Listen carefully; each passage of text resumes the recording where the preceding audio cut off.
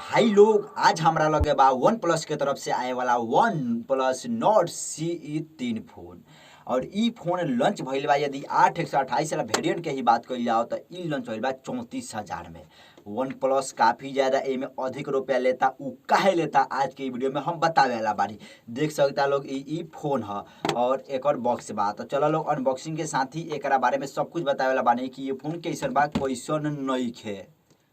तब भाई लोग यदि बात कइल जाए एक और डिस्प्ले के तो एमे लागल बा 6.74 इंच के एगो फुल HD प्लस एमोलेड डिस्प्ले।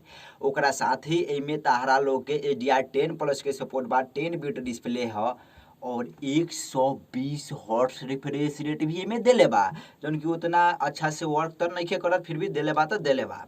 ओकरा साथ भाई लोग तारा लोग के हम बता दी कि एमे और का देले बा। तो इहो सुन लो कि इन डिस्प्ले फिंगरप्रिंट भी देले बा, जौन कि काफ़ी हद तक हमरा अच्छा लागल और अच्छा से वर्क करता। लेकिन डिजाइन देख सकता लोग कोनो खास उतना अच्छा नहीं है डिजाइन। यदि यूज देले रही तो काफ़ी ज़्यादा नहीं मजा आई तनी स्मार्ट लोग के, लेकिन फिर भी ठीक बा, नॉर्मल बात हमको हम ठीक ठाक बाटे। और डिस्प्ले क्वालिटी ई प्राइस पे हमको हम डिसेंट बा यार, तनी रिफ्रेश रेट बढ़ा देला रही तो और भी ज़्यादा मज़ा आ जाई। तो भाई लोग जब भी हमनी के कोनो फोन के परचेस करे नहीं जा तो हमनी के प्रोसेसर के जरूर देखे के जरूरत पड़ेला। तो एमे लागल बा डायमेंसिटी 9000 वाला प्रोसेसर, जौन कि 4 नंबर बेसिक प्रोसेसर बा। यदि बात कइल जाओ कि गेमिंग एमे तू लोग कर पाइबो लोग कि ना, तो ना कर पाइबो लोग, मजे ना आई उतना अच्छा से ऑप्टिमाइज नहीं के कल गेल, कस्टमाइज नहीं के कल गेल, थोड़ा हीट होता गेमिंग खातिर बिल्कुल नहीं के, वो होला ने बिल्कुल गेमिंग खातिर, तो वो खातिर ई नहीं है। ई फोन में तहरा लोग के आउट ऑफ बॉक्स एंड्रॉयड 13 देखे के मिली, कलर OS 13.1 भी देखे के मिली।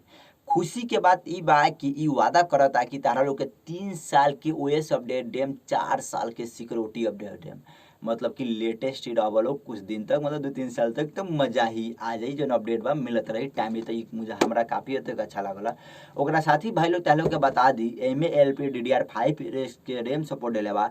UFS 3.1 के स्टोरेज सपोर्ट भी देले बा, जौन कि काफ़ी हद तक अच्छा बा और डिसेंट बा। ई प्राइस पे मजा ही आ गई ई देखते हुए। भाई लोग यदि तू लोग धूप वगैरह में जाला लोग तो ओकरा के भी एमे काफ़ी हद तक अच्छा कइल गइल बा। जौन एमे ब्राइटनेस बा 1450 निट्स के पीक ब्राइटनेस वही देख लो कितना, मतलब ब्राइट बा। धूप वगैरह में जो तो काफ़ी ज़्यादा मजा आई, मतलब तनी साफ लोग के ऑटो बा तो वैसे तनी अच्छा नहीं खेलोगत। देख लो कितना मतलब मज़ेदार बा, मतलब ब्राइटनेस काफ़ी हद तक हमें ज़्यादा दे रहा बा। ई भी हमरा काफ़ी हद तक अच्छा लागल। एमोलेड डिस्प्ले तो बढ़ल ही बा। चलो ई फोन में तहरा लोग के 5000 mAh के बैटरी भी देखे के मिली, जौन की बैटरी बैकअप ठीक ठाक देता। नॉर्मल यूज पे तो दिन भर के दे ही देता, गेमिंग पे भी 3-4 घंटा के दे देता। ओकरा साथ ही तारा लोग के इमे ई वाला चार्जर देखे के मिली 80 वाट के, देख सकत तारा लोग ई चार्जर आ ई डेटा केबल भी देखे के मिली। और फोन काफ़ी ज़्यादा फास्ट चार्ज होता, ई हमरा देख के काफ़ी हद तक अच्छा लागल।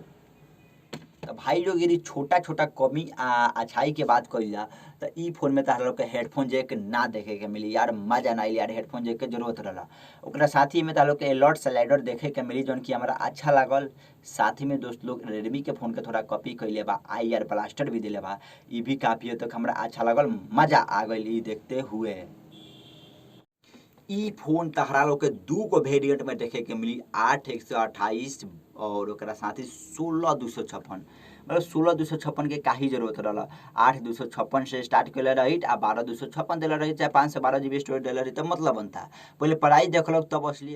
तो भाई लोग यदि प्राइस के बात कइल जाओ तो 8/128 वाला यदि तू लोग परचेस करता लोग तो ई तारा लोग पड़ी 34,000 के, और 16/256 वाला तारा लोग के पड़ी 38,000 के। 4,000 के डिफरेंट पड़ता। तो कोनो एक जरूरत ना रहला कि ते 16 GB रैम दे।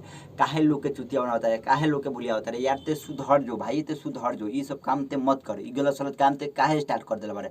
हम पूछे चाहत नहीं वन प्लस से, यदि तू लोग ई फोन के परचेस करे चाहत लोग तो मत करी लोग यार, मजेदार उतना कोनो फोन नहीं है। हाँ मीडियम में ठीक ठाक बा यार, उतना भी मतलब खराब नहीं है, परंतु 30,000 में यदि देखल जाओ तो हमारा एक अच्छा Realme 11 Pro Plus 5G phone लागल। भले ही प्रोसेसर थोड़ा खराब बा, लेकिन लुक वगैरह के मामले में काफ़ी तक एक अच्छा बा, कैमरा भी अच्छा बा। तो हमने काहे ना परचेस करी जा, परचेस करी जा।